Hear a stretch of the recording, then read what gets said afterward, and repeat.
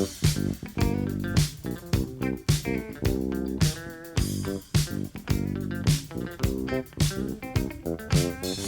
cookies. I love cookies. I love cookies. I love cookies. Welcome to Cookies, the world's most influential basketball podcast. I am Ben Detrick. Jordan Redaelli is on vacation, and Andrew Kuo takes 0 days off. 0 days off alone, staring at Randall's in my apartment, looking out the window at this crazy world we live in, man. Well, now everyone understands how we live, working from home. Yes. So how do you guys do lunch? How does this work? So you have to make it yourself? Last night I was a little freaked out. Not totally freaked out. My alarm level is from a 1 to scale of 10, like a 3, but it's still something. And I felt kind of shockingly wistful. And I went to the supermarket, the 24-hour supermarket, to buy a bunch of food that reminded me of my childhood.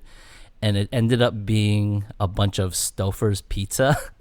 And I think the cashier, there was a cashier there, looked at me being like, "This is your virus plan?" I'm like, "No, this is just what I want to eat. My plan is I live my life like I normally do." I'm torn. I don't know what to do. I don't feel as if there is good advice from anyone. I'm not going to panic. I also don't want to be caught without toilet paper when the apocalypse hits. What's up with this toilet paper thing? That's what I mean. Then you start going through your clothing reserves. You really start, what are you going to do? You need some TP. It all comes down to TP, man. Yesterday I looked in my closet and I'm like, oh, this is my last roll.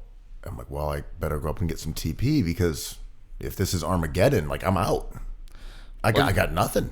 It just means you got to take a shower. America's bidet more often. I don't know, it could be once a day more or 5 times a day more, depending on what cuisine you've stockpiled. What cuisine besides Stouffer's frozen pizzas have you stockpiled? Do you have some tombstones? Some DiGiorno's, perhaps? I am a notorious stockpiler of food in general.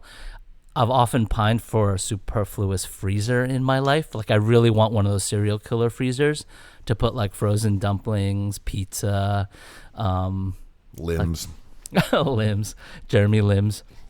But I'm running low because I've been not able to go to the supermarket as much lately. And as I get older, the frozen food is not stuff that makes me happy. So I try to get fresh stuff, Ben, every day at the market.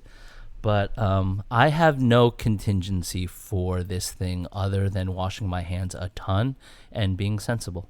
So we're, I'm going to say 3 weeks into apocalypse. Everything is shut down. What can you cook from what's in your pantry? What are you onto by that point? Oh, pastas, right? Dried carbs. Yeah, I'm deep into dry grains. Oh yeah, you're a grain boy. Grain boys. What's all that? What's that all about? It's not really in my zone. I'm into my most ancient grains by that point. Into the fricas, the quinoas. We're deep into the grains. I've got some caviar, lentil. We're going real far into dried stuff by that point. I agree. Is it delicious? I like it, but if you don't have anything to soup it up with, you're dealing with a lot of grains. And I don't know if people listening think we're painting an accurate picture of New York. We're not. Life goes on. Supermarket was full of stuff. You can still buy toilet paper. People are going to work, but the volume of activity out there is noticeably lower. But life still is chugging along, man. One thing that you can't buy is hand sanitizer. Hand sandy. You tried last night, right? I tried at 7 places yesterday because I realized I don't have any. And I was like, I guess I should have some just for carry in the pocket. Have some when you walk in the door. Whatever. I feel like this is a have some hand sanitizer type of environment. Nowhere. Checked bodegas. Nope. Yeah. Checked spots like CVS, Rite Aid. Nope. Went into smoke shops. Like, oh, no one will go to a vape store looking for hand sanitizer. Nope. They were like, you don't want this smoke of this hand sanitizer. Nowhere had it. Yeah. I walked into, I think it was CVS or Duane Reade or one of those places, and I hate those places. I hate them too. But I'm just like, you guys are out of hand sanitizer, right? They're like, absolutely. But you can just get the ingredients that, to make it for yourself at home. I was like, that's fantastic. Where do I get those? Like, we're sold out of all of those as well. Like, okay, great. You mean it's not Tito's vodka and like a bunch of moisturizers? No, it's Tito's vodka and cocaine. Proven to drive Corona V away. It's going to be a hype couple weeks. Well, if you are not old, this does not apparently pose an enormous threat. So it's a very discerning disease in its fatality. Yeah, young kids aren't really getting it, which they think will be the clues to any sort of vaccine. It is the Biden voter of diseases. It's the Bernie virus. It's the Trump virus, maybe. But back to what we were saying about its effects on social life. Because what's come out in the last few days is that the real goal here seems to be this idea of flattening the curve. And I buy into this. The New York Times wrote about it. It had been filtering around social media for the last day or so, is that we have a certain capacity for healthcare in this country. And the idea is to avoid a spike in people with coronavirus. It's okay if a lot of people get it over a longer period of time, but if a ton get it right away, that overwhelms the system that we have in place, and all of a sudden you don't have doctors or medicine or beds or ventilators, and you have mass casualties as a result. So that seems to be the major focus here is don't gather in groups. Let's keep the spreading of this lower and maybe over a longer period of time, and it will result in our system remaining intact. And apparently in Italy right now, it is completely overwhelmed and an utter disaster because that's exactly what they did not do. Yeah, and that's also a poor country that has been struggling a little bit for the last decade. But definitely, and my annoyance or my anger straight up is the White House kind of pulled all the funding from something like this years ago to make their other numbers look better. And smart people like Michael Lewis or people you listen to in the podcast zone would immediately said, this is not something you do just for optics for something else. You have to keep these things in place. These are constant. Like a grown person in America should pay their taxes, should always be washing their hands, shouldn't be delinquent just to appear great for one a date. You know what I mean? And did I just say men? I don't know why I genderized that. Unbelievable. Yeah, not cool by me. Apologies. But I heard someone related to No Sin Bin. It's like asking a team to win the World Series in baseball, but only with a pitcher and catcher. Or maybe it's like saying you should win a title in the NBA, but we won't give you guards. Yeah. Oh, interesting. Or we're only going to feed you ancient grains and pasta together in the same bite.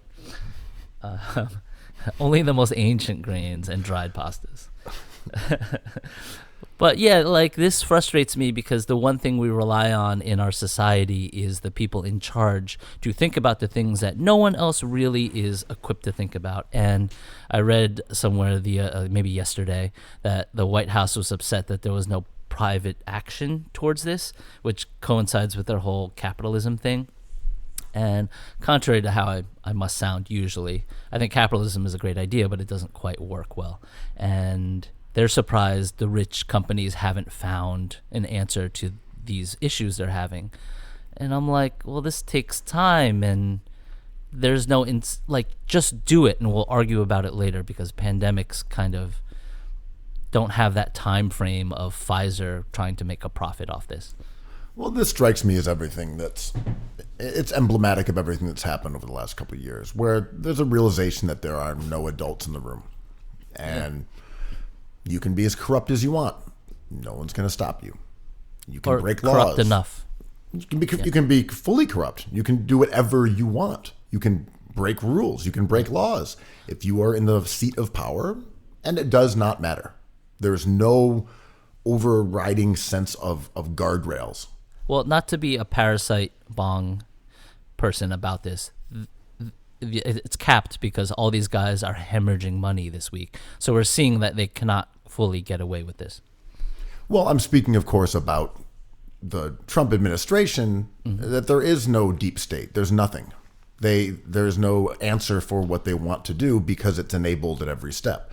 And this is the exact same thing. When you have taken your hands off the wheel and you've put morons in charge of everything, and you say, okay, we're going to cut money and we're going to let idiots who have no interest in running something like the Center for Disease Control in charge of that agency, you get utter disaster. And when you have a system in which everything is now based on PR at the whims of a deranged maniac, you get an epidemic or a pandemic that is being hidden. Like, all this makes total sense, is what I'm saying. Yeah, it's signing Taj Gibson. It's signing a Portai. When leadership is a certain way, we get behavior that coincides with that leadership. And there's checks and balances. But what I'm saying is, at this point, there aren't. They may emerge at this point, but it was like, are we going to get lucky and avoid a pandemic? Well, and we didn't. We got one. We were always vulnerable to a pandemic, especially under this group of characters. Yes. We were just trying to avoid it. Yeah, and I think this was unavoidable. When this kind of grew out of Wuhan in the first week, I think every scientist was saying this is going to reach your doorstep. And we don't know what kind of form it'll take. But, I don't want to give Trump a break here, but this was going to happen in America. And he is doing something. It's not the smartest thing. He's not the best prepared. But, the curve is what we're fighting for. And things are falling into place a little bit. But it's still terrifying. Are they? I haven't seen the government do anything. We're not testing. We're not doing anything. We're telling people not to gather. Like, there's now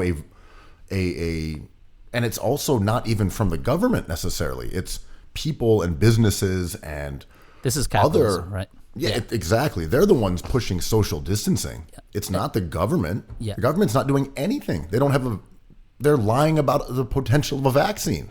Well, it's interesting because, right, like, I think the main question is how are people without healthcare going to get this test and then eventually this vaccine, hopefully. But I don't think testing a bunch of people now is helpful. I think people just have to change behavior, and it's hour to hour, day to day. But testing everybody isn't going to help. We just have to assume everybody kind of has it, and then they have to take precautions moving forward. I agree with that. The answer right now is social distancing. Mm-hmm. That's it. Mm-hmm. We have to stop gathering in large groups. We just have to bring the numbers down. For a second, yes. Yeah. Not saying it's forever. We just have to do it right now until these numbers start stabilizing and we understand what's happening. We just can't have more people infected rampantly. You're looking at how fast this is going. APAC and CPAC, or whatever it was, met in D.C. And all of a sudden, like, Ted Cruz, all right, buddy, like, you're in quarantine. You had someone who tested positive for it met with Boris Johnson in the UK yesterday or something. Like, there is no, as I said, guardrails. There's no guardrails on this. Yeah. Like, if Trump just says, hey, I have it because Matt Gaetz or whatever his name is came on the plane with me. You're like, well, that's how it works, buddy. Yeah, exactly. Like, you were shaking hands with people yesterday. You're walking around. You're living like it's normal. It's not. And the reason I started off the show with a whist take is, like, I think these things are really surreal. And, the longer you live on this planet, things will happen to you that will shift your, like, paradigm a little bit. And I've been having a lot of conversations with New Yorkers about what we've been through in the last couple decades. And I don't feel like people are freaking out here, only because we lived through 2 blackouts, a hurricane, and 9/11. And we're just like, here we go.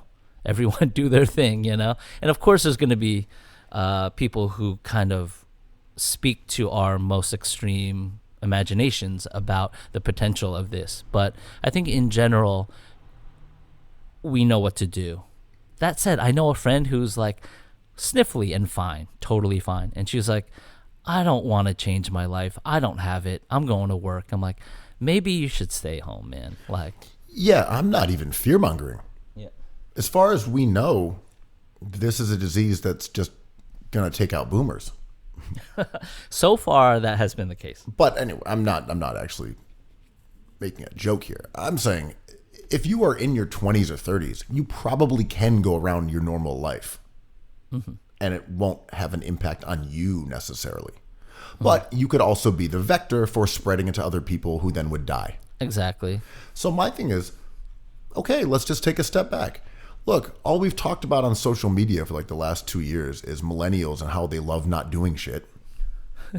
All they love is their bed and their mother. This is like, that's literally like Not wanting it more. the emphasis of the Corona V. If you love your bed and your mother, this is perfect for you. Yeah. Don't jeopardize your old mama and stay in your bed. Yeah.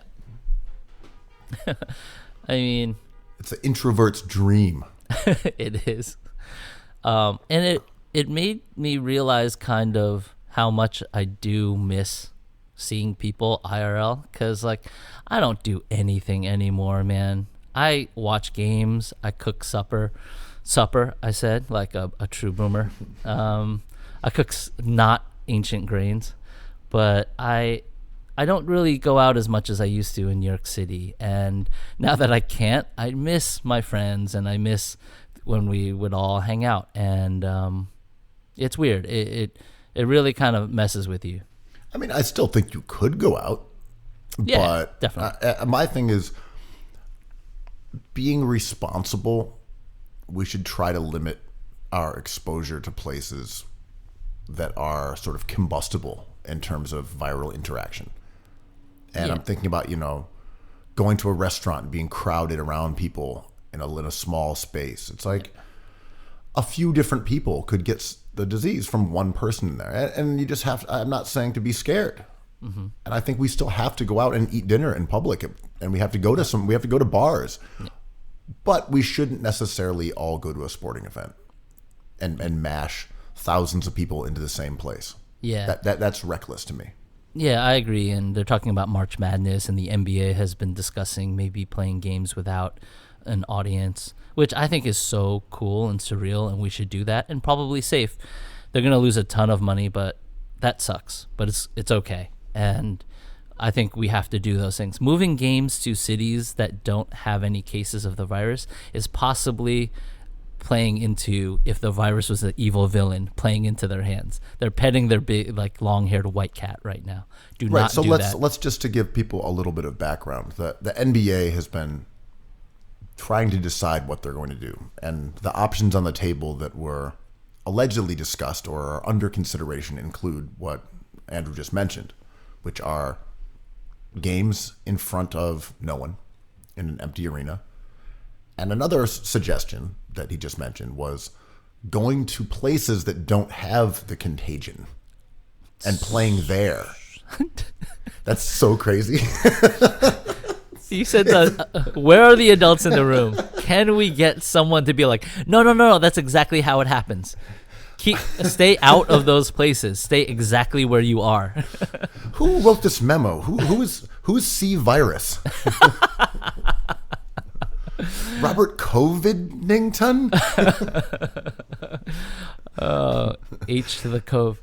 But like, it is just so ridiculous. Okay, here's what we'll do. Oh my God. If there's a place that isn't infected, why don't we just take all the players who've been traveling around the country and the support staff and the media, and we'll go to those places. Yeah. I always thought adults were smart, and now that I'm officially an adult, I'm like, oh, we're just kids with just more experience and gray hairs. The smart kids end up being the smart adults, and it's the same percentage. We don't get smarter, we just get older. Yeah, it's the dumbest move. But like, what's Bernie Sanders going to do if he cannot have a rally? He canceled the rallies.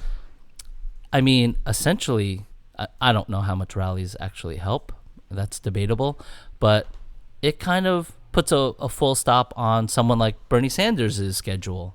And Joe Biden is very happy about that, Well, let's talk more about that duo in a bit. But just sticking on the NBA in terms of their alternative ideas to playing in front of an audience. My thing is if we take out the arena and we take out the concessions and the money-making opportunities that arise with playing in front of 20,000 people, I think the NBA should get a little more creative. Because, like, why have the game in an empty arena? That's stupid. Like, that's lame. Go on. Like, who cares? Sounds like you've been cooking something up in that noggin. Well, I mean, okay, they're going to be at Madison Square Garden. Who gives a shit? There's no advantage to the televised game if it's in MSG, because now all that matters is television. So let's take it to interesting places that look cool on TV and that are unique and make them memorable. So, for example, go play at, like, Rucker Park. Go play on a local place. Go play on an aircraft carrier. Go play at cool spots, because now you don't need fans. Yeah, the Liberty played their black tie game at Radio City one year, and that was super cool. Exactly, that kind of thing. I know the NBA court is huge, so you can't use existing courts, but just go do that shit. Mm-hmm. Put it somewhere else. Ooh, like Street Fighter, like on the Intrepid or something. Exactly. I was thinking shut up and jam. Go play on the beach. Like, for real, go put a court on the beach in Miami with palm trees and the water behind it and sand, and go play. Knicks versus Bulls 3-on-3 on the Intrepid. I'm watching that. I'm serious. That shit would be sick. Yeah, it's like, it counts. I mean, why not? All you need is the two teams, a basketball, and then your scorekeepers and video cameras and stuff. And I mean, look, they will never do it because they're going to have the games in those stadiums because that's where they play and that's where the locker rooms are. Yeah. It's safer. You've got control. You're going to have your sport view cameras still logging all the stats and all those things. But I do like the idea of sort of barnstorming. Well, you're getting to an interesting point, which is if things become psychedelic and society breaks down just a little bit, I personally realize like this whole construct of the NBA can be changed, you know, and we don't have to stick to 5-on-5. Like, who cares? There's, you know, like, if you believe in the worst case scenario, like, let's just do 3-on-3 while we're alive once. It's like, but that doesn't work because we've played this many games 5-on-5. I'm like, I just don't care. Like, everything's breaking down from the foundation, which it's not. But we could have fun, to your point, we can have fun with this thing called the NBA, and it's not that precious. Like, life is more precious than that, right? The argument the other direction would say that in these times of challenge and flux, we need consistency.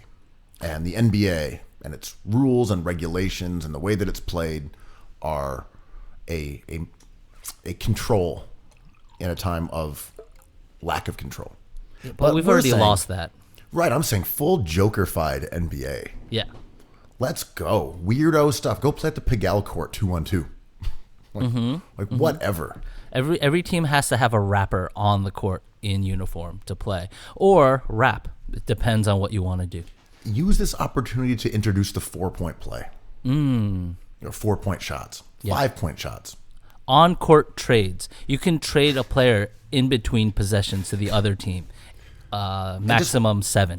And just make the announcement saying, due to coronavirus, you're now allowed to trade players mid-game. Yes. On a more serious note, though, it is inevitable that everyone's going to get sick, right?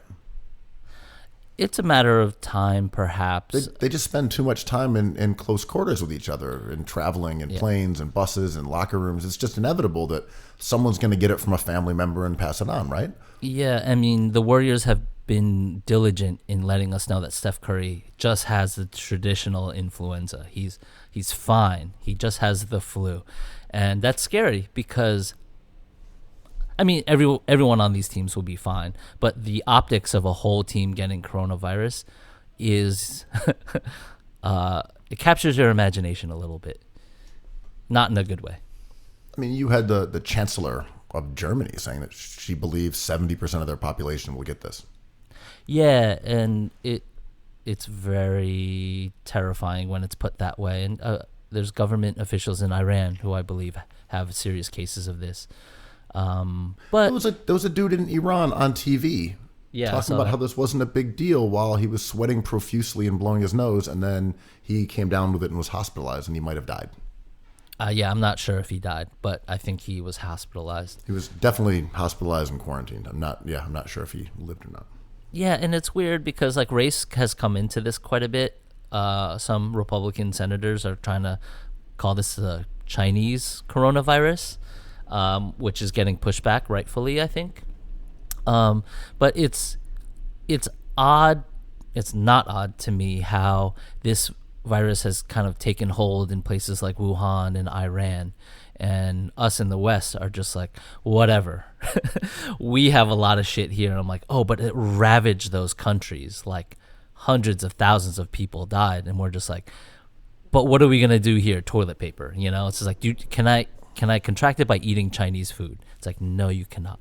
It's not how viruses work. You could get a tummy ache. It was nice seeing a crowded Chinese restaurant yesterday. Yeah. Yeah, I mean, I've been trying to go as much as I can, and there's people out there that are not dumb and know that they cannot contract a virus from eating food. Maybe a tummy virus, and that's a whole different thing. Well, I just want to get some hand sanitizer, and then I'm down to live my life as normal, just with very sanitized hands. Just get a bunch of moonshine and like tear up that aloe plant you have. Do you still have an aloe plant? You had one back in the day. I don't think I have an aloe plant, but if I could get that with some Tito's and some cocaine and mix it together, I'll be in business, baby. You pour it over your eyeballs, and I heard it vaccinates you from the truth. It could work. So yeah, I think the NBA will take the appropriate steps and stop having fans. They've already said that the media is going to have to step back to something like 8 feet out of, or not be in the locker rooms. Look, everyone's going to have to do this.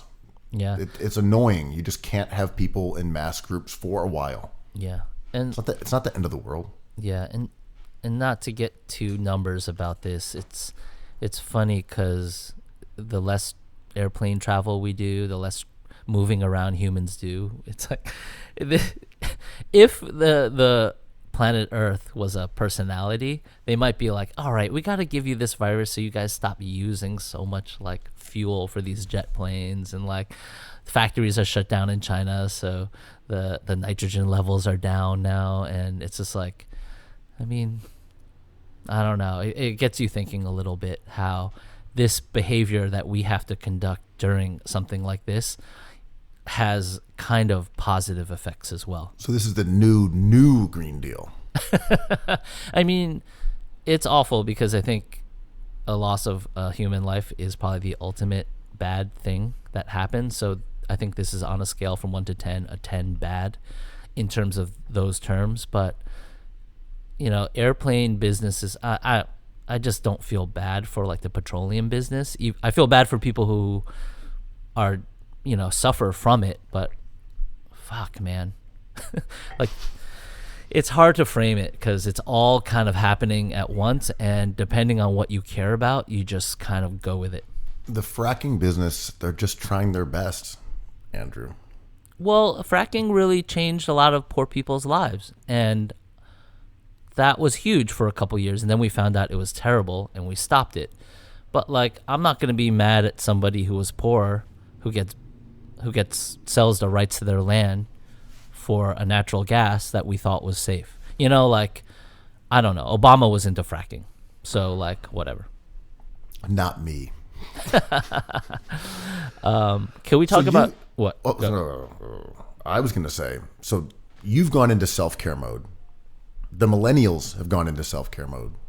The NBA has gone into self-care mode. Our teams going into self-care mode here in the dregs of the season, which is now even rendered more meaningless than normal. I'm proud of these Bucks, man. I really love these Bucks so much. Not only did they prove it on the court up until now, like offensive rating, defensive rating, historically off the charts, they decided not to chase that 70 win total. And Giannis got hurt, but they saw their hand was forced. They saw the forest not the trees, and they were like, okay, Giannis, you know, sustained a minor injury, but we got to take care of him. And they basically put out a D-League team the other night. Dante DiVincenzo was a healthy scratch. That was amazing. I love the strategy of this. They are full-blown in wellness right now. And what's funny about this is that it's coincided, as we mentioned last week, with an idea that LeBron James is now surpassing Giannis as an MVP candidate. Is he? He won in a head-to-head matchup, and then he must be Giannis better. got hurt. And now LeBron has not been hurt yet. LeBron has not been hurt. And now it's like, well, the Bucks are struggling a little bit. They've lost some game. Giannis is out.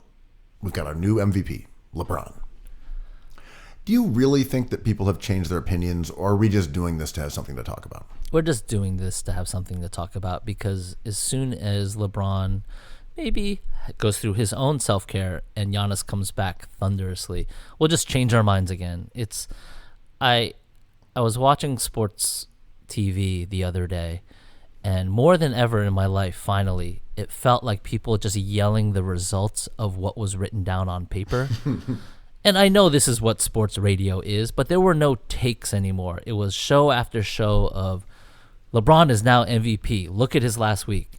No one's talking about Tatum because he had a weird week. Then he has a good game, and we talk about that.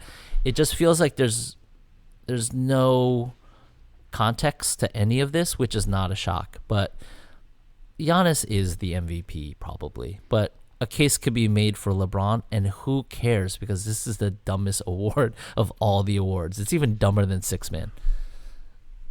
It's hard to be dumber than Sixth Man, but MVP is arguably more boring. It's too much about feelings, and that's cool too. But everything we vote about is about feelings. Shout out to Joe Biden, the malarkey king. So we had said we'll talk about Bernie and Biden, and let's dip into that for a second here. So last night were some primary results that generally favored Biden again, this time in states like Michigan and a few others. Huge. Yeah. And the scales have tipped to very much favoring Joe Biden at this time. And it's been that way since Super Tuesday. And we discussed the results of Super Tuesday. Yep. One thing that I've thought about a lot since we spoke last was your idea that the DNC is a corporation. And I don't think that's a revelatory, insane idea. That makes sense. When you said it, I recall being like, sure, absolutely. But just thinking about that idea and then contextualizing the DNC and the RNC actually as corporations is sort of interesting. So I was thinking about, let's say the GOP is Coca-Cola. Let's say the Democratic Party, the party, not Democrats, not the voters, but the DNC itself. Crystal Pepsi. The party is Pepsi. And remember the Cola Wars. And this was an era in which it was based off the Cold War as a play on words, but it was Pepsi and Coke vying for supremacy in the advertising space. And they would attack each other constantly. They'd each run tons of ads during the Super Bowl. And it was this era in time when it was Coke versus Pepsi, Coke versus Pepsi, Coke versus Pepsi. And that kind of makes me think of the DNC and the GOP today, because ultimately who wins doesn't really matter in terms of those two organizations. One may win and have bragging rights and have more money and more clout, but ultimately they remain the same. One is the top seller, the second is in second place. They're both enormously successful at what they do. And when you consider the way that the Democratic National Party got all its weight behind Joe Biden, it made it pretty apparent that they don't really care about winning the election. They just want their guy. They're trying to avoid Bernie Sanders, which is like RC Cola or like New York Seltzer. Well, RC Cola cannot even win against Pepsi. But that's not even true, though. That's what I'm saying. The whole thing is kind of bullshit, because it's not Bernie against Biden. It's Bernie against the entire DNC. Which is fair, because he's not in the Democratic Party. It's not even RC Cola. He's maybe selling Sprite, which is a completely different flavor, but in the conversation. It's But not a cola. my point is that he is an existential threat to the DNC. Losing to Trump is not an existential threat. It's part of the game. Or conversely, he is not an existential threat, as we've seen twice.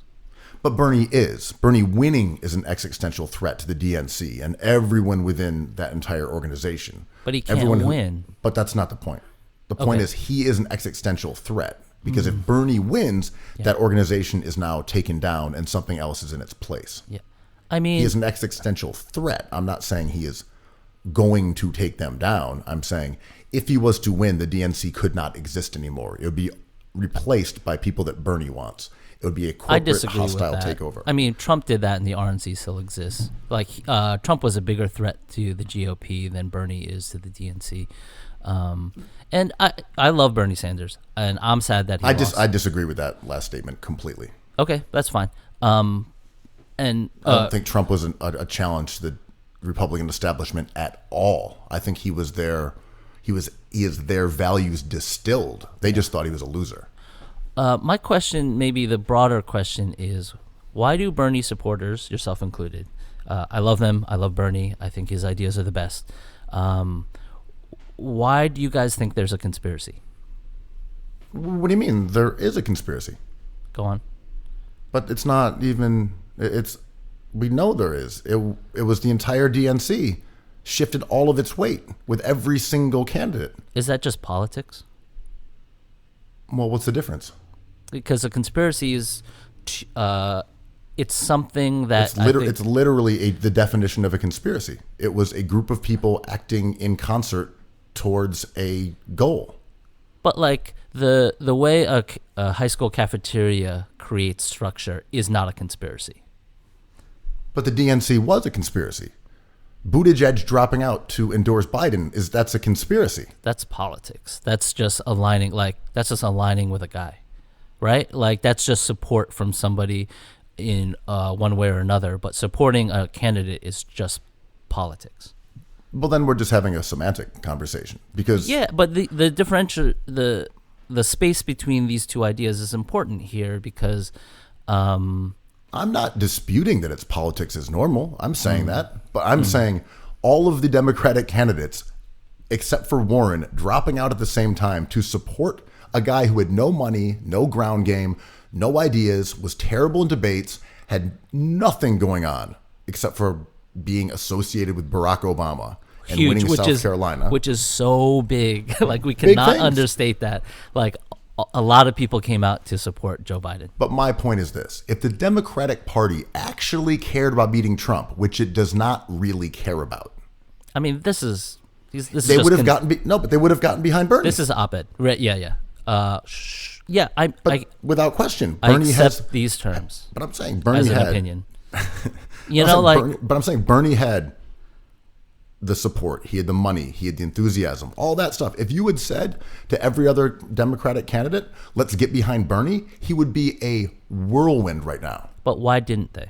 Because they are a corporation and he doesn't work with them. And there it is. That's right? what I'm saying. We're on the same point. So the corporation had a conspiracy to boost one of their own guys instead of someone who is outside of it. We're in agreement here. Is hiring, I don't know if we are. We're in agreement. Is Nick's hiring Leon Rose a conspiracy? I'm sure to Steve Mills it is. But that's probably it, right? I'm sure he feels like you guys were all setting me up to fail. And right, that's a logical point of view for somebody who has just been replaced or beaten.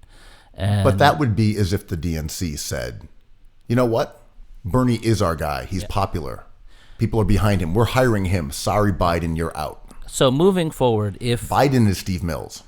So moving forward, if moving forward, if Biden he looks like he's gonna be the Democratic candidate, and assuming Trump is the one we're trying to remove from office, what is your opinion moving forward on Biden in terms of the way? You don't have to tell us how you're gonna vote, but like, what's going to happen with all these young people who voted for Bernie Sanders, who wanted Bernie Sanders? What are they going to do? My opinion, and this is still an evolving situation, of course, is that the DNC's, as I said, the feeling of people who support Bernie is that the DNC threw all of its muscle behind someone who did not deserve any of it. And they used all of their media power. They used all of their clout. They used everything they could to put up Joe Biden, who is a terrible candidate. But stop filibustering. What do you think moving forward would work to beat Donald Trump? Nothing. Biden can't beat him. Biden has no chance. He is a uniquely awful candidate. That's why I'm like, this just doesn't make sense in the context of like, okay, Hillary's the one. She's a good candidate. We'll run her up the thing and we'll screw Bernie and tell the left to fuck off. Biden doesn't make sense in this. So you think it's context. A lost cause? You think this is basically the election? Do I think that? Yeah. I know for a fact. No. I know for a fact that Biden was Trump's dream candidate. Yeah, I know but Trump this is as a fact. How come you think Trump is smart all of a sudden? I don't think he's smart, but I didn't hear this from Trump. They wanted Biden so bad. He is compromised in every way that Trump is. He's demented. He can't put a sentence together. His brain is melted. Like, he is a uniquely awful candidate. All the way you describe Biden is basically how everyone describes Sanders who doesn't love Sanders. You know, like, this just seems so rhetorical. It has my head spinning. Okay, you tell me what you like about Joe Biden as a candidate. I like, and this is, Bernie Sanders supporters don't love this, and I'm a Bernie supporter, but electability is huge, and the way people showed out for Biden was surprising. And the big Super Tuesday a few weeks ago kind of set in motion all these things about how the people that we were guessing would vote actually did vote. And I think that's important, just to look at raw numbers at that point. And my guy Andrew Yang on CNN last night supported Bernie Sanders last election and is now supporting Biden because he's like, it's numbers. Bernie's numbers don't look good. Yo, Yang is a clown, man. I'm sorry. I know that's your guy. That was clown shit yesterday. Bernie just couldn't do it, man. I mean, it is what it is. Yang did clown shit. I can't abide by that. Like, you're going to endorse the guy after it looks like the numbers favor him? Like, you're just a clown. Get out of here. Well, at this point, he explained it, but you're not going to like it. But whatever, I don't mind. But I think Bernie, we saw Bernie reach his apex, and he couldn't do it. And but this is what I'm saying, and where we're in disagreement. I just think that's completely untrue. Mm-hmm. If the DNC had gotten behind Bernie Sanders, it would have been astounding. But they sandbagged him in every possible way. And let me just talk about Elizabeth Warren for a second, because I was very nice about her last week. Very complimentary. And I still think smart woman, good candidate, good ideas, attention to detail, all those things about her. I respect her in many ways. But you can't look at it now and say that she was not playing good cop. It was possible. It was possible to make an argument for her because she naturally was going to run up against another leftist. They were sharing and competing for the same real estate electorally. But if you look back in retrospect, that her campaign was saved by a dark money super PAC that she said she wouldn't take money from, that we don't know who supported it. She led the charge on the Bernie Bros stuff. She accused Bernie of saying that she couldn't be president because she was a woman. She had that little moment where she said, "You called me a national liar," after the debate. She's the one who led all the Hillary-esque charges against him. She attacked him at the last second, and then to not endorse him, it's like, yo, you were the good cop. And people were seduced by it. And they pointed the finger at the Bernie Bros. They snitched. And now everybody's going to jail. And it's okay if you were wrong about Warren. I gave her money. It's okay to be wrong. But people who are now defending her behavior is indefensible. You sound like a Lakers fan, man. She was the good cop. She tricked people. She got your votes. Or she just she doesn't like Bernie anymore. She even got like a percentage of 12% or something like that in Washington last night because she didn't drop out quick enough to avoid people doing early voting. And that chess game is interesting. She was the inside man. You sound like a leprechaun talking about basketball, man. Like, hell, dude, you can't look at what Warren did now in retrospect and say this was anything other than like the good cop. So Buttigieg, trash. Warren, trash. Yang, trash. Biden, trash. Who else do you think is trash? Like, No, now you're getting it. but like, this whole idea of the Bernie bro has existed to various degrees for 5 years. And No. It goes back to Obama. Okay. It was a talking point from Hillary the first time around, and you can find the articles about what they call the Obama boys. Are you not behaving right now like a Bernie bro, though? And What do you mean? it's okay. Like, just like everything is trash. It's a conspiracy. And Bernie was the one, and everybody else just got in his way, and you can't handle the truth. Like, that to Yes. me is totalitarian and a weird way to look at a very nebulous process. The way I look at it, Like, are you counting rings, the way I look at it goes back to your point about there being two corporations. And there is no reason. And corporations go down. Like, corporations don't work either. For sure. But is that there was no reason Outdoor voices. for the DNC whatsoever to get behind Joe Biden. None. There was none in terms of furthering I disagree. political there. views in America. There was no reason. Well, they don't like Bernie's politics. But that's kind of that's what I mean, because they don't jibe with their company and the But people that's how who it fund goes, that company. right? It's like, I think the NBA should have no salary cap. The NBA might be like, we see your point, and that's virtuous, but we're not going with that right now. But there's no reason for the DNC to be opposed to single payer healthcare. There's no reason for the DNC to be opposed to it, except they are because of who pays them. There's no reason for the NBA to be against no salary cap, except they're not doing that right now. Right? Like, we can all agree that that punishes the wrong people. Well, I don't know. I mean, those are two different things. I'm just saying, if you poll Americans, most people want there to be universal health care. And, When you looked at some states, but it most was like Americans want 80%. Obamacare. Like, But my point is, If you go by polls then- the Democratic Party is not reflecting its electorate. It's reflecting the people who fund it, and that's why, like, I can't rock with any of these guys. I mean, it's a delicate balance, right, between policy, electability, and actuality. And there's a lot of, when I say it's a nebulous process, that's what I mean. It's like ideology doesn't go all the way. You need people to support your ideas. You need support from your bosses, the people beneath you, and then you have to have enough strength in order to beat Coke or beat Pepsi. And all those things play in, and someone could have a virtuous ideology like Bernie Sanders does, but it just doesn't work in 2020. See, I disagree with that, but my point is that you are right in that Bernie by himself, with these ideas that he has, because he's an older guy, he did not have the ability to carry ideas that are anthemic to the DNC to the highest level. It's true. Bernie couldn't do it by himself.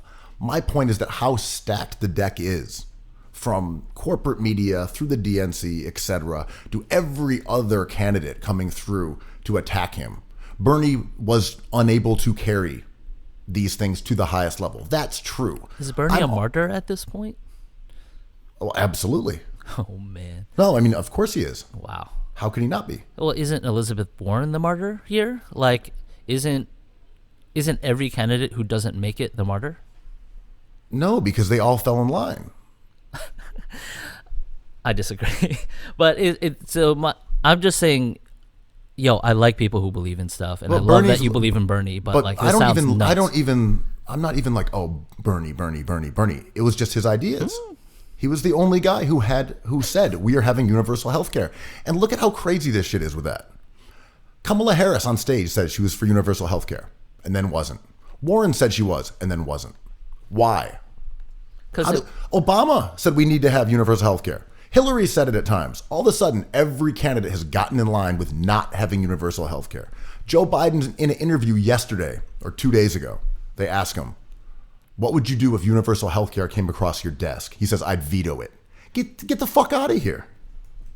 Every Democrat walked it back. Yeah. Why? And because of obviously the way the structure of America is set up and corporations and That's- bad things, yeah. but also I cannot go into like an NBA team and say like, you guys are doing it wrong, the process. We got to lose games and get draft picks, and that's how we win. And of course, it works sometimes and it doesn't, and that's what we love here.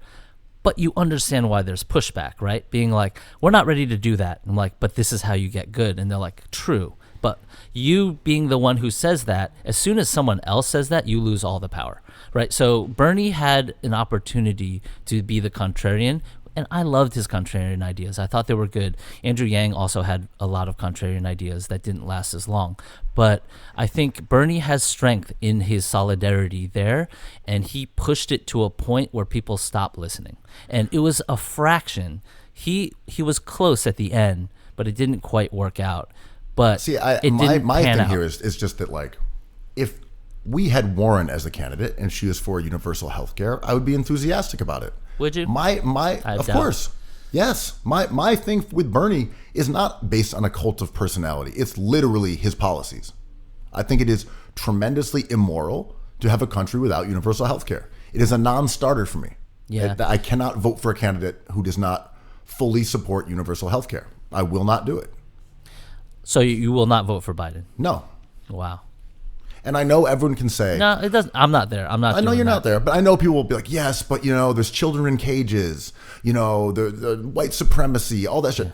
I know, man. But you know what? At the same time, there's always going to be that call for urgency. And that's the Democrats and centrist game. Americans could vote for whoever they want to vote for. And I know game theory says like a candidate, well, you just said, Elizabeth Warren takes votes away from Bernie. You just vote for whoever you want to vote for and we'll figure it out. If a party is more aligned and think as one, so be it. Everyone should just vote for who they want, But my thing is, look, I've been shamed and Have you? Come on. and Bernie. and hold on, I've been shamed and bullied into voting for people like Hillary Clinton my whole life. And after this garbage with Joe Biden, and then they're going to come into the left and be like, how dare you? Look at your privilege. You won't vote for Joe Biden. Are you okay with children in cages at the border? Are you okay with Nazis marching in the streets? Are you okay with global warming? It's like, of course I'm not okay with those things. Of course not. No shit. But this is the game the DNC always plays. They hedge as close to Republicans as possible and then say, come on, man. Are you okay with what these monsters are doing over here? You're going to let that happen? How dare you? Like, I'm not into that, man. I'm not into being scorned and having my ideas trashed and then being shamed for not voting alongside super moderate, nominal Democrats. Not into that shit. Yeah. I mean, my feelings may change, but I'm saying right now I'm looking at like, no, man, I'm not going to vote for Joe Biden just because you're going to tell me how awful Trump is. I know how awful Trump is, and there's always going to be some urgent need. Yeah. The Supreme Court, there's something, and I get it. And again, I might change my opinion, but that's how I feel right now. No, I mean, in a vacuum, that's a more virtuous thing. I think people would applaud that, being like, certain corners of the internet would applaud that, being like, no, Biden is not the one. I refuse to vote for him. Like, yes, king, like that kind of stuff. And I find myself, like, this is kind of looks like a tenor thing. I find myself kind of just looking at how this plays out. And, I liked Bernie and Yang, and I really like Warren. All these guys I think would be better presidents than Donald Trump, and they're all different. But I want to see how this plays out. And Biden was not my favorite guy, but he does enough to move the needle that I would vote for him over Trump. And I'm not saying people should do that, like I said before, but I just think this is a tenor thing. Like, I don't mind that the Knicks lose a lot. I would like them to win, but this is a bigger thing, and the NBA is an entity, and the GOP and the DNC is an entity, and America is a corporation, and I cannot scream on my soapbox and like expect the same results that I do in my like tiny life, I guess for me it comes down to like, if you're gonna lose lose virtuously, lose knowing you did the right thing, knowing that you did it the right way. Is there an unvirtuous winner? A not virtuous winner? Well, what I'm saying, I don't know. I'm thinking more tough. about like It's weird. what you were speaking about, right? And like, okay, it's the process. And I'm not even assigning morality to Sam Hinkie. I'm saying they were doing it the right way, the smart way. This made sense. This is how you're going to rebuild. This is a purist approach to team building in the NBA that casts aside conventional wisdom because it's most effective. And then you've got the Knicks, who are doing everything wrong.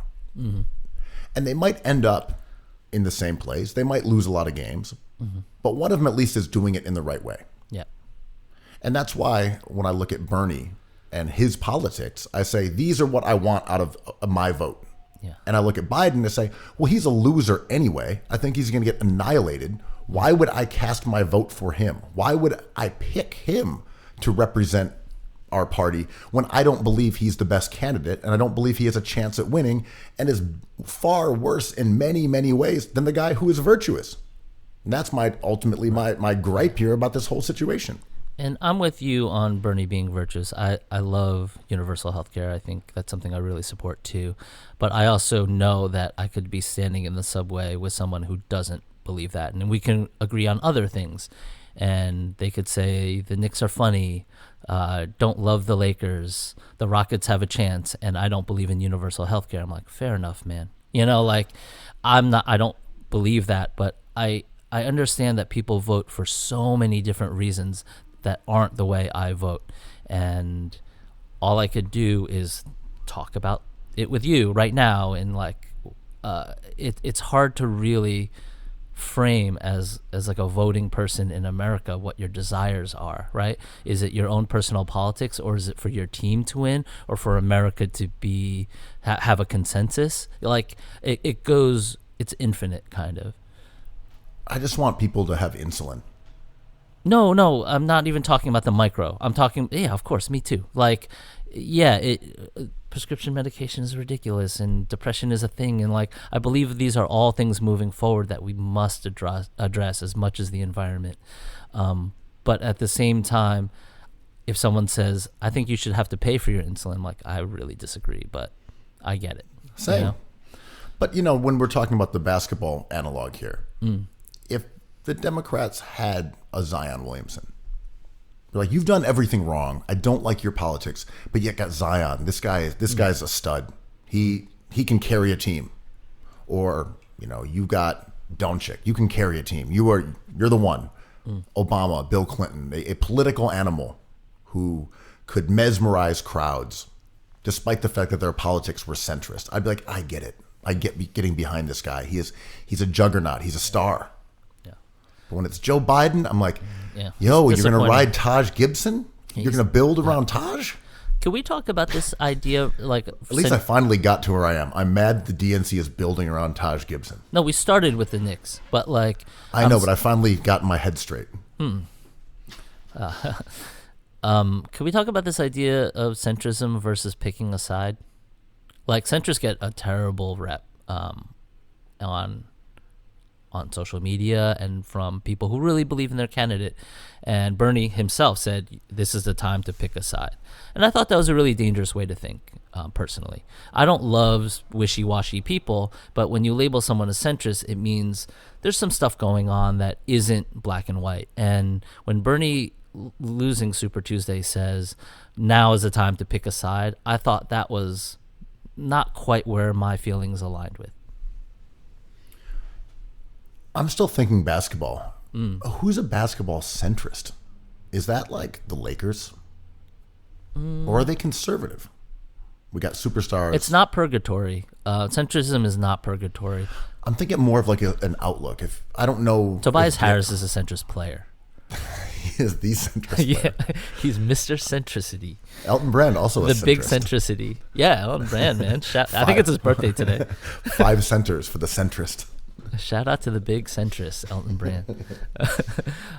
Yeah, and all the players that the Knicks sign are centrists. Elfrid Payton, Taj Gibson, a Morai, a Rand. But I think they're more conservative, right? That if you're going the full spectrum, if we're going to say that the Rockets small ball is progressive for the sake of argument, very much so. They're progressive. They're on the far left.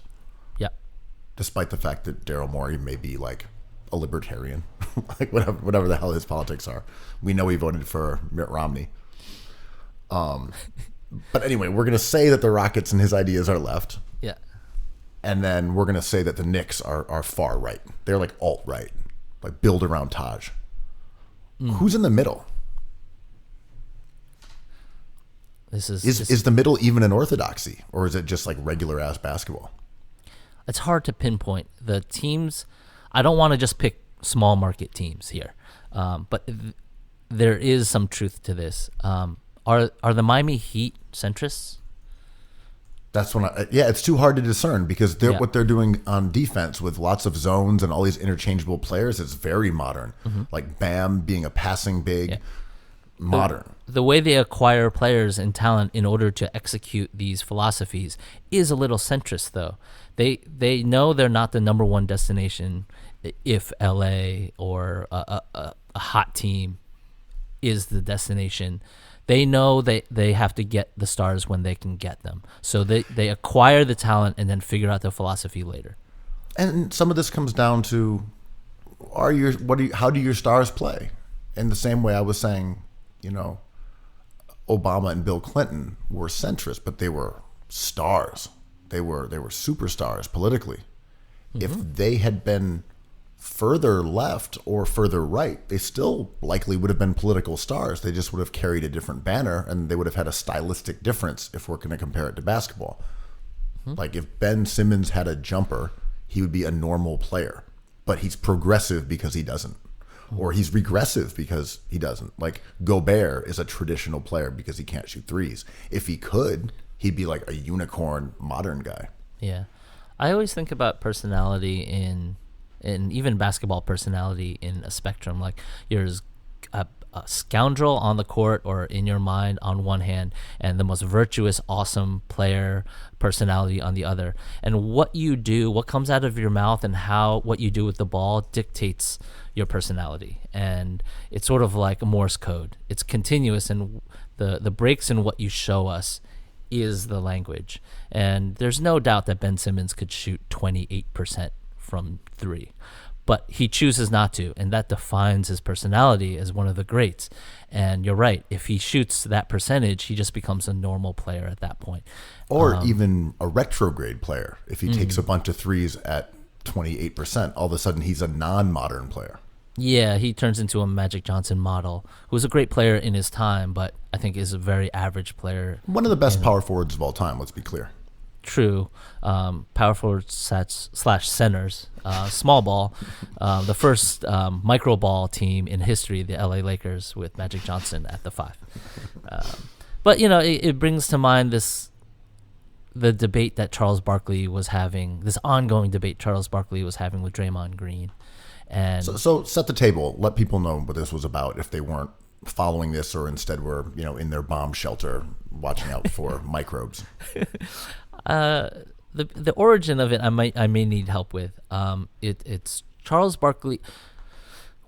Where it ended up was Draymond Green accusing Charles Barkley, who's a staunch critic of the Warriors and where they play, and Morey and the way he builds his teams. He does not like shooting. He likes scoring. He thinks players were tougher in his generation. He's a boomer, which is fair.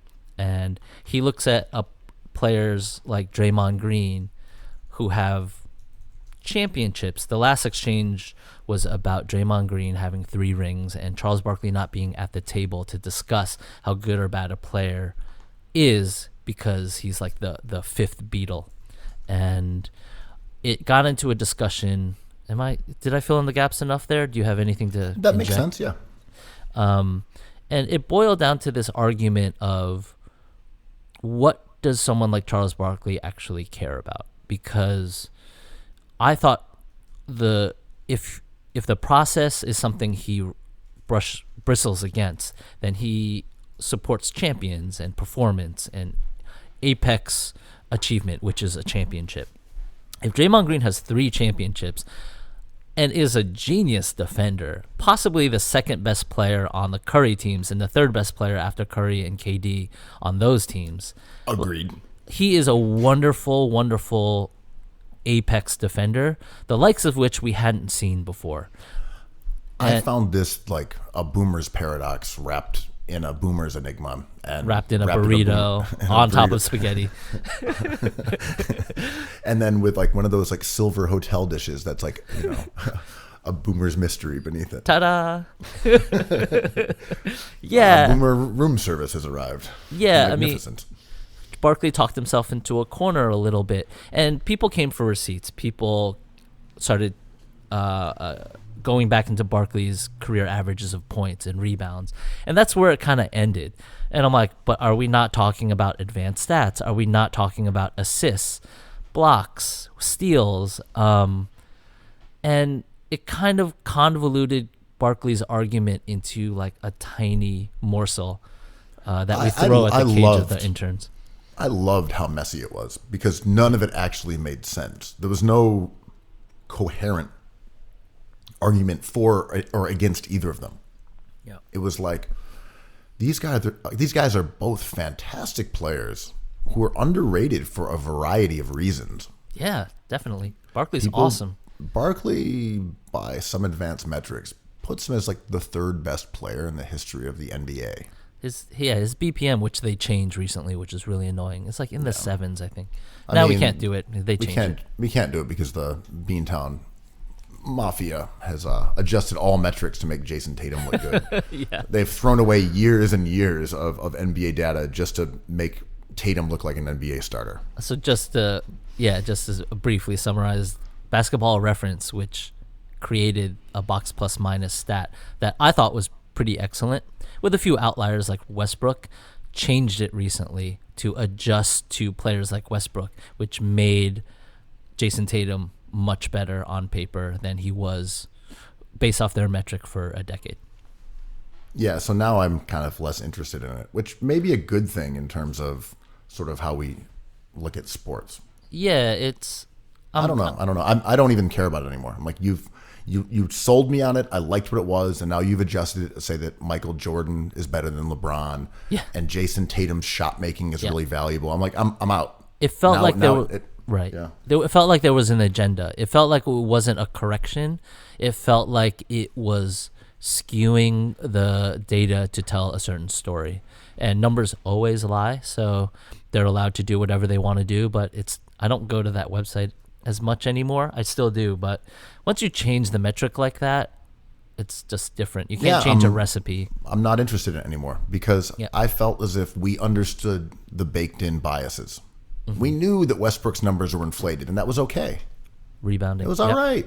Yep. Because their formula rewarded guys who amassed both rebounds and assists. Mm-hmm. And in Westbrook's case, it rewarded guys who attempted threes but didn't necessarily make them. Mm-hmm. So the fact that he was chucking up threes, also had assists, also had rebounds, made him just a Goliath. Yeah. And that was okay. It was all right. You could look at it. He was a Goliath. He was he averaged a triple-double. The guy was a MVP. stats monster. Yeah. So it was totally fair for him to be like that. And for them to go back and change it, and now you're like, oh, you're not valuing these same things, and now I have to change what I value? No, I'm out of this equation. Yeah, and, we discussed this a few months ago, but I believe there was a kind of, not conspiracy, but a move to destabilize advanced metrics in the basketball world because there was a discrepancy between Basketball Reference and the NBA.com stats. And the minute you have the same stat, BPM, but with a different equation. I still don't know where you were finding BPM on the NBA.com site. You keep mentioning it. I have never seen BPM on it. I always see pi, which I don't know what that is, but I've never seen BPM. But even their offensive ratings were different, though. Oh, really? Their usage was different. There are different calculations for both of those, which was always mystifying. And as a writer, when you're trying to cite them in articles, you kind of have to go with NBA.com. Well, NBA.com is wonderful. Like, there's some stuff there that they give away that really frames the game well. But I think the destabilization and changing of these metrics, it's like as soon as you change like the way we do taxes, there's going to be a riot. And as soon as you change the way we look at these all-encompassing advanced metrics, we just lose interest. And I think it behooves the NBA not to have advanced metrics as a fan tool. And it's better if we have feelings involved in the eye test. That could be. I also think that they do have an interest in us relying on their data, which is a totally reasonable approach from them, and they have great data. Yeah. They have made a wealth of stats available, such as like spatial data, which is like, what does a player shoot after 2 dribbles? What do they shoot when an opponent is 5 feet away versus 10 feet away? Really interesting stuff about, how does someone score as the roll man in a pick and roll? How are they on spot ups? And that stuff is great. And Basketball Reference doesn't have that kind of information. Right. But I do think BPM had stuck around long enough as one of the few composite metrics that I kind of understood enough to cite without having to explain it or feel like it was suspect. Like RPM and PIE and a lot of those ones. Not so good. All those ones, we know that they're flawed. The other ones are too in the weeds. Like PIPM is kind of cool. It's kind of cool. But again, it's sort of it's still sort of fringy. And BPM had just been introduced earlier enough that I felt like it was respectable and we could view it as a tool that was known by everyone. And now I think that's gone. Yeah, in the middle of the night they changed it. And well, now that Charles Barkley is a stat head and he doesn't care about results, he should be devouring all these stats. And he never won a championship, but he's going to be disappointed when Draymond Green is like a very, very excellent player, and the Warriors probably do not win championships without him at all. So, on back to that topic after that little segue, because I know we want to discuss those changes and our irritation with the altering of equations. But I think Barkley is tremendously underrated in terms of his greatness because he didn't win rings. And I think he's someone who has been haunted by that. And at this point, it's kind of a cartoon, like, oh, Barkley never won a ring. But he was a fantastic player that people probably put behind, like, Scottie Pippen or something. Yeah. Or Olajuwon. Malone never won a ring either. But they were always... my bad. Yeah, they were always rivals at the same time either. They were kind of in the same ballpark. But, Malone being in those finals wars with the Jazz and kind of... and winning an MVP, but then Barkley won one too. But anyhow, Draymond is underrated for a lot of the same reasons, and he doesn't get respect for winning those rings. It's weird because Dre has the rings, but doesn't get to claim them. No, he does. Well, not just the But he was able to. But the attacks on him are like, but they're not really your rings. It's like so dumb. He was an integral part of that team. He was the quarterback of half the court. He was literally the reason they went from a team that lost in the first round of the playoffs to emerging as a dynamo. Was Draymond Green becoming a small ball center and a second or third team all pro player. And when they he gets lost in the first round and when the year before. Right. When he gets suspended for the gravitational pull of his fist to some nuts, they were shorthanded. He was and I thought Barkley's response was very not only boomeresque in its discussion of basketball, but comparing it to a boy band, like I thought that was funny. I'm like, he was kind of emasculating the biggest trend in pop music, He's like, oh, he's just a forgotten member of a boy band. I'm like, okay, so you're calling the Warriors a boy band, which is very strange. But he was also part of a super team that couldn't do it with Drexler and Olajuwon and Pippen. And he's just lucky he's not aware enough to say that, Dre was the whack member of BTS, because then it would have been over. It would have been over. Chuck. Yeah. You can't go online if you talk shit about BTS. That's game time. I was like, someone should do that to Biden. Just like Ooh. say that Biden's anti-BTS and just watch the world collapse around him. Yeah, who are the biggest armies on the internet currently? BTS. BTS is ginormous. I would say Bernie Sanders has a presence on my feed. The Heat guys who, just put up like Marcus Camby gifs. Nice. Jeff Van Gundy, Marcus Campus. Say Knicks for clicks. They're super. Their presence is noted.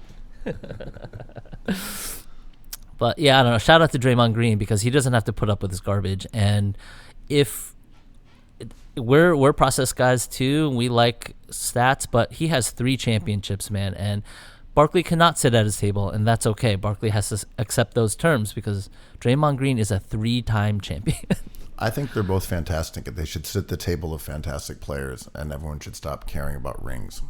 Yeah, but rings are a metric too. Like I enjoy all of this stuff, and you don't want to kink shame ring chasers, Ben.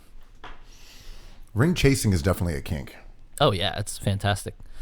Can we talk about Dion Waiters chasing that ring? I mean, I like Dion Waiters. Yeah, awesome. I hope he gets a chance to contribute in Los Angeles. He is a unique individual who had a very rough trip to make it to the NBA. A lot of no pun intended in his background. Yeah, and I root for Dion Waiters. He's a hilarious character overall. Yeah, and I love him too, and there is a comedy aspect to him, but also he clearly suffers from depression or like some sort of thing that we could help. And him overdosing on gummies on a plane is funny because it's relatively harmless, but also alarming. So I'm like, maybe he got the help that he needed for the time being. But when he signed with the Lakers over J.R. Smith, I thought they made the right move. He can do some damage if LeBron James can hold him in check, which I think he probably could. He wasn't able to hold him in check in Cleveland. He kind of had him shipped out. So we'll see. That was a lifetime ago, though. I do respect the Lakers for taking the mantle from the Knicks for just getting head cases. Like, bring them in. Yeah. Rondo, Cousins, JaVale, Lance. AD. Yeah.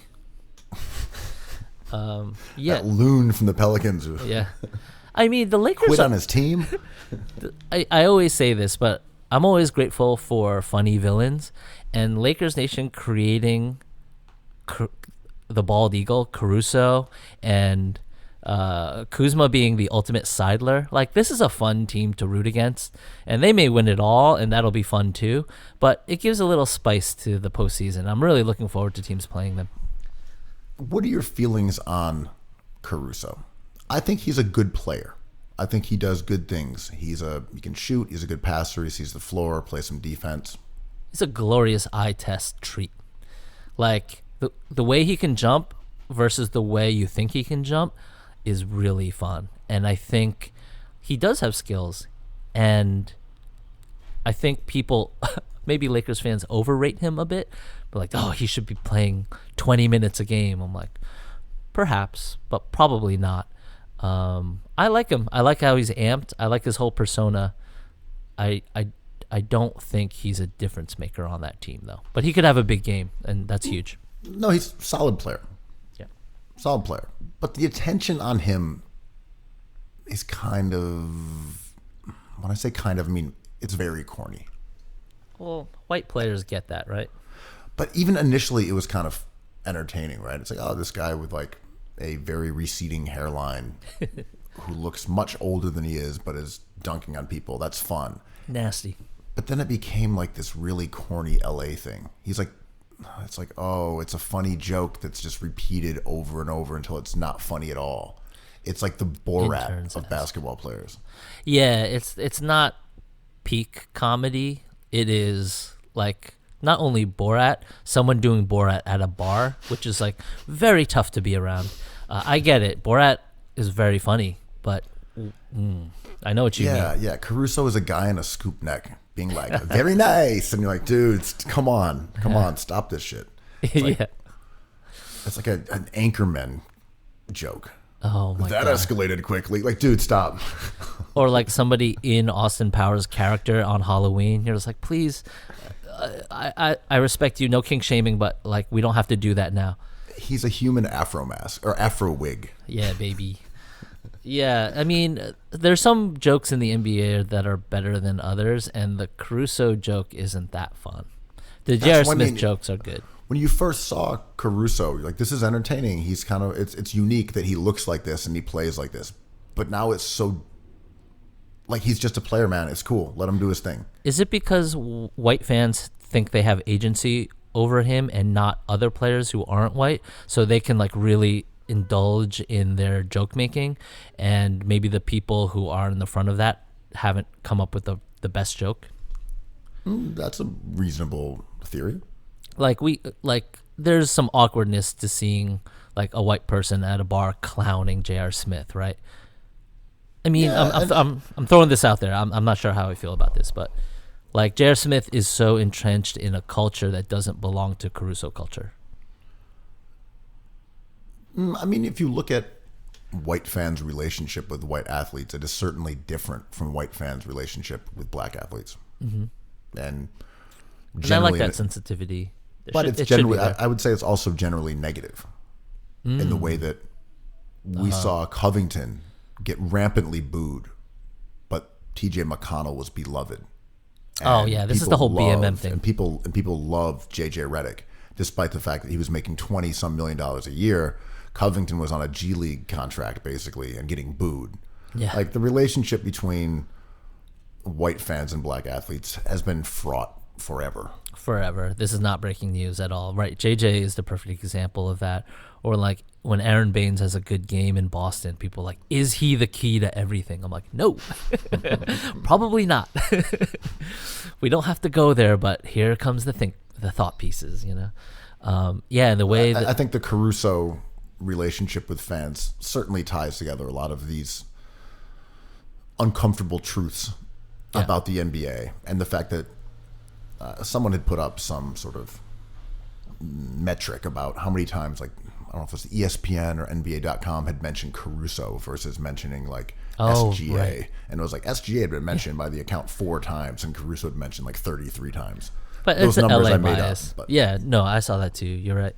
But it's an LA bias, right? Oklahoma City is kind of tough for eyes. It's definitely an LA bias too. That's why there's a lot of things at play. Totally. And also Caruso, a totally adequate player. I think almost any team would like to have him as a reserve guard. And as a fan in the playoffs, if Caruso checks in the game, it's going to be awesome. I'm paying attention. I'm looking up from my phone and definitely watching his minutes. But yeah, I mean, this is a whole thing, I think, in the NBA. And we saw it mostly with JJ Redick and people writing these long blog posts about how he might be the most important player for the success of Ben Simmons and Joel Embiid. And it was just very awkward to read. But this is not anything new, but I think the great white hope in the NBA is still like a story that is told over and over. I think it's lessening in that there was a time in the NBA where virtually all the guys at the ends of benches were white. And it was a known fact that you didn't want to have an all-black team. And that was just sort of like from ownership. It's like, oh, you can't have that. That's bad. That's a bad look for a team. So you got to flesh out the end of the bench with like white stiffs. That's why Allen Iverson started the National Basketball Association in 1996 to combat this, and he ultimately won. Jack Haley is like, what? Well, no, you're just here because you're Rodman's friend. You're not. It's not actually because you're white. Well, the Knicks, I think, in the 80s were subtly and not so subtly criticized for having mostly black players on their team, and I think by the Celtics fan base. And yeah, I mean, it just takes time for everything to progress, and not to bring it all the way back to politics, but I think Bernie's ideas are going to have an effect moving forward. But unfortunately, that leftward pivot that's always happens in the general election. Well, I mean, 20 years from now, someone could be like universal basic income, and we'd be like, oh, we've thought about this for 2 generations. So, like, what's your pitch? Instead of being like, you're crazy, you know. I mean, look, I think, and I mentioned this earlier when I said I'm not going to vote for Biden in the general election. These are all still evolving ideas and feelings. Mm-hmm. In November, I might be like, fuck it. Even though I live in New York State, and ultimately it won't really matter. But you know what? For my conscience, I got to put my vote on Biden. Mm-hmm. Or maybe I'll stay. Yeah. I'm in New York. I'm not going to compromise my vote for someone I don't believe in. That's just how I feel. Yeah, respect. We'll see. I'm not going to take a firm stand either way. Is Bernie a kink? Insulin. I mean, but to your point about these ideas having traction, it is common to politics. It's common to basketball, and you can look at, say, Don Nelson, small ball. That was a long time ago. Yeah. They even used the phrase small ball, if I remember correctly. Yeah. D'Antoni's principles entered the mainstream. Yeah. And if you look at what Bernie introduced, I know from a personal standpoint that 4 years ago when Bernie said free education, I was like, oh, come on. Yeah. When he said universal health care, I'm like, I believe there should be a public option. Yeah. And he shifted that Overton window for myself and for many, many, many, many people. Yeah. And I'm not talking about just people who are 20 years old. I'm saying from 50 and under. Mm-hmm. We're getting into Gen X tranquility with some of his ideas. Hot. And I think he changed the way that we view fundamentally what our country should supply for its citizens. Yeah. And the DNC digging in its heels against those things strikes me as foolhardy. Just give it time. I mean, I love, there's nothing I really love things and people who change their minds in general, and I love it even more when they change their mind to what I think. But if they don't, it's okay. Like, I think that's a sign of someone who's thinking about something, hopefully. But it's interesting that you mentioned small ball, because that carb thirsty GM, whose birthday is today, I believe, in Philly, put together a big lineup, and everyone was like, they're going to be dangerous. We're going to overrate them. And it's the size bias thing where Morey does a thing that Donnie Nelson did, that the Warriors did, that many teams do. And you have talking heads saying this is outlandish and not possible when they have universal health care in other countries and all that thing.